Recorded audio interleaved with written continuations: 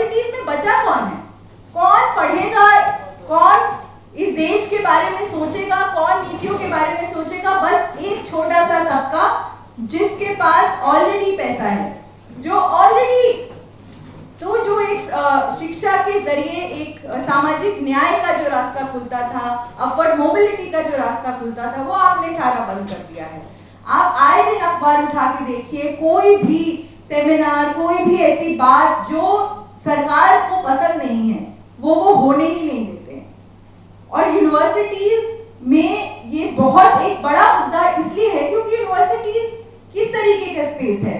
University में आने का मतलब सिर्फ आपका जो सिलेबस है, आपका जो टेक्स्ट है वो पढ़ना नहीं होता। जो भी छात्र, जो भी लोग इसके खिलाफ आंदोलनों में आगे आए हैं, उन पे क्या होता है? उन पे चार्जशीट दर्ज होती है, उन्हें जेल भेजा जाता है। जेल ना भी रहे तो आप कोई भी आज के समय में कोई भी विश्वविद्यालय उठा के किसी भी विश्वविद्यालय में जाके देखिए कितनी पुलिस प्रेजेंस है। क्या कर रही है इतनी पुलिस हमारी यूनिवर्सिटीज में? ये जो 70 साल के हमारे आंदोलनों की लेगेसी से ये सारे जो हक हमें मिले थे, वो एक एक करके पिछले 10 साल में सरकार ने उसको तोड़ा है। यूनिवर्सिटीज की हालत देखिए, पब्लिक यूनिवर्सिटीज में लगातार फीसें बढ़ रही हैं, लगातार स्कॉलरशिप्स काटी जा रही हैं।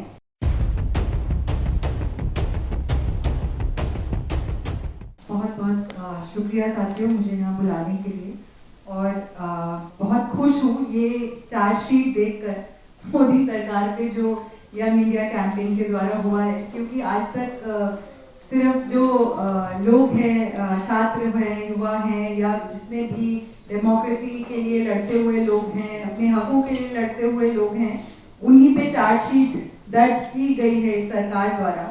तो जो स्टूडेंट ऑर्गेनाइजेशंस ने मिलकर सरकार को चैलेंज किया है, सरकार के ऊपर जो उसका अकाउंटेबिलिटी मांगी है, और सरकार के ऊपर ये हिम्मत की है कि इस सरकार के ऊपर हम चार्जशीट दर्ज करें, ना कि वो सिर्फ हम पे चार्जशीट दर्ज करें।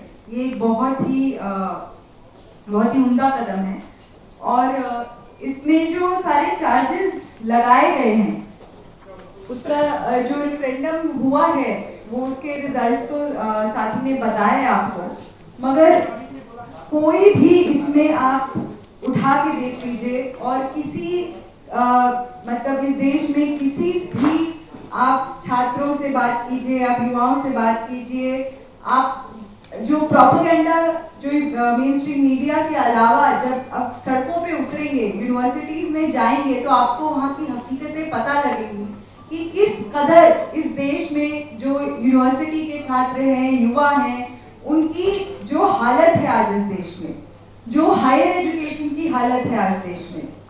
पब्लिक यूनिवर्सिटीज जहाँ पे जो एक उस विजन के साथ बनाई गई थी हमारे देश में, पब्लिक यूनिवर्सिटीज की शिक्षा एज अ राइट, एक अधिकार के तौर पे सबको मिले, उसमें फीस इस तरीके से हो कि सारे जो तबके के लोग हैं उसको अफोर्ड कर पाए, उसमें स्कॉलरशिप्स के प्रोविजंस हो, जो भी जनता के हक में, जो भी छात्रों के हक में जो पॉलिसीज आज तक बनी थी, जो इतने सालों से, और वो अपने आप नहीं बनी है, वो भी बहुत संघर्षों, जो इस तरीके के बहुत बड़े बड़े छात्र आंदोलनों के, डेमोक्रेटिक आंदोलनों के हक वो लड़के हक जीते हैं।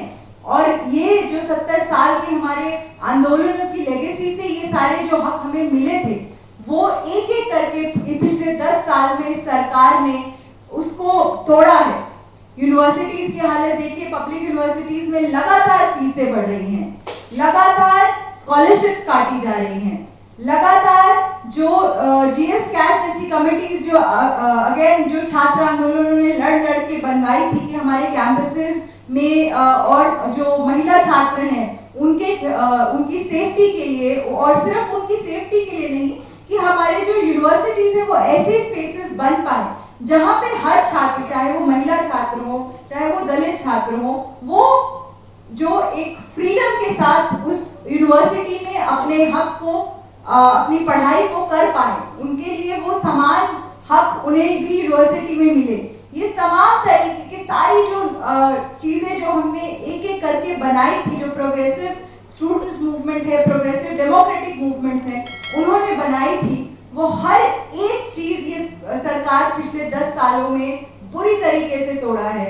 और जो भी छात्र, जो भी लोग इसके खिलाफ आंदोलनों में आगे आए हैं, उन पे क्या होता है, उन पे चार्जशीट दर्ज होती है, उन्हें जेल भेजा जाता है। जेल ना भी रहे तो आप कोई भी आज के समय में कोई भी विश्वविद्यालय उठा के किसी भी विश्वविद्यालय में जाके देखिए कितनी पुलिस प्रेजेंस है।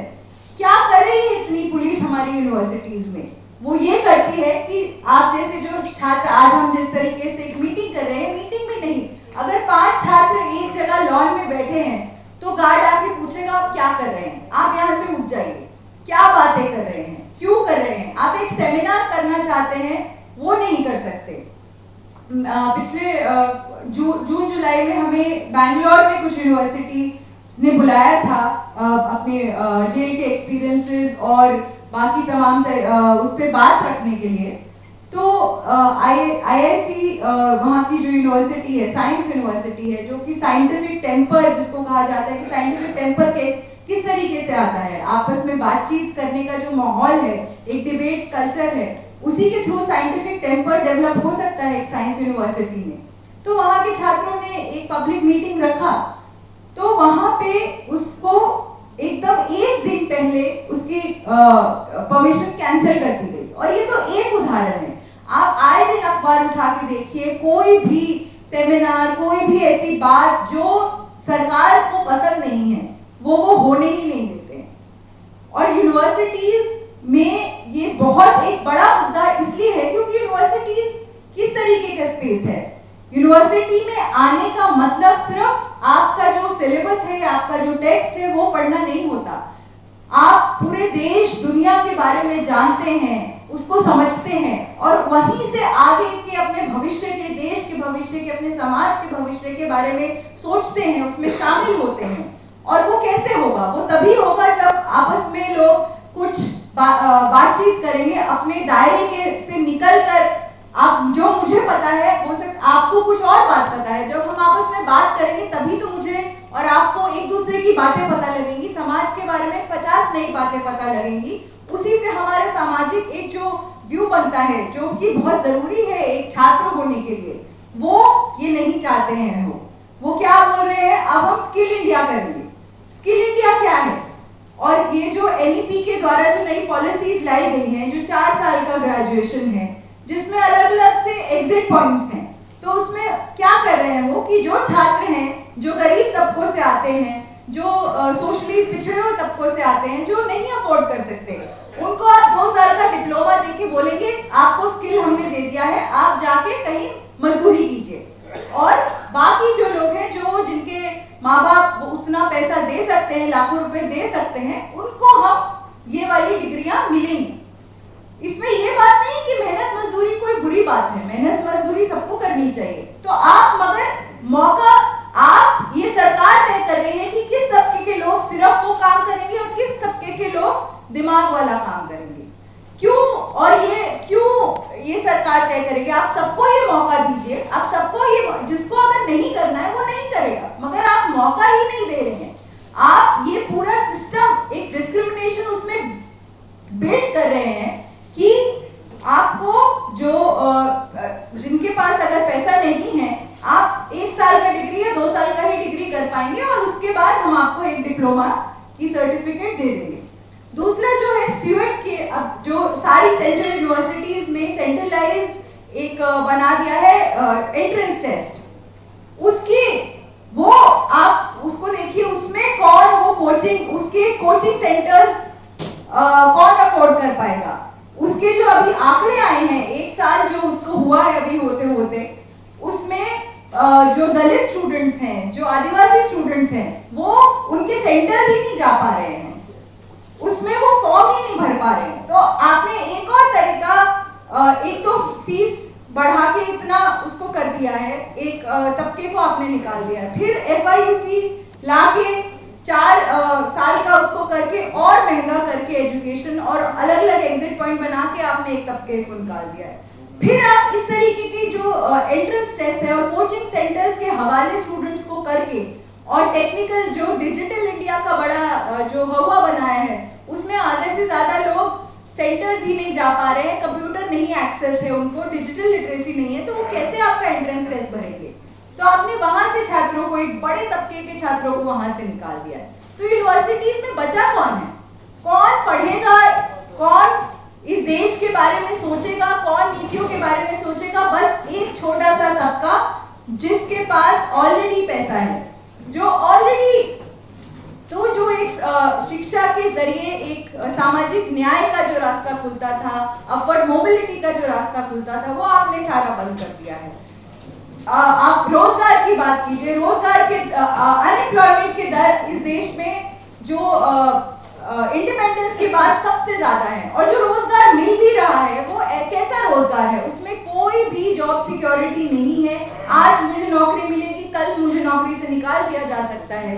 तो ये किस तरह का हम देश बना रहे हैं, किस तरीके का एक फ्यूचर हम अपने देश में नौजवानों को, युवाओं को दे रहे हैं, ये मोदी सरकार को बिल्कुल इस पे सारे यूथ ऑर्गेनाइजेशंस को, सारे देश के युवाओं को ये सवाल पूछने चाहिए। और ये बहुत अच्छी एक यंग इंडिया कैंपेन के द्वारा शुरुआत की गई है कि ये सारे सवालों का मोदी सरकार को एक एक पॉइंट पे जवाब देना पड़ेगा। और ये हम बता देना चाहते हैं सरकार को कि ऐसा नहीं है कि आपकी चार्जशीटों से और आपके एफआईआर से कि छात्र आंदोलन दब जाएगा। छात्र आंदोलन बिल्कुल इस देश में जो प्रोग्रेसिव छात्र आंदोलन है वो जारी रहेगा और ऐसे सवाल आपसे पूछता रहेगा।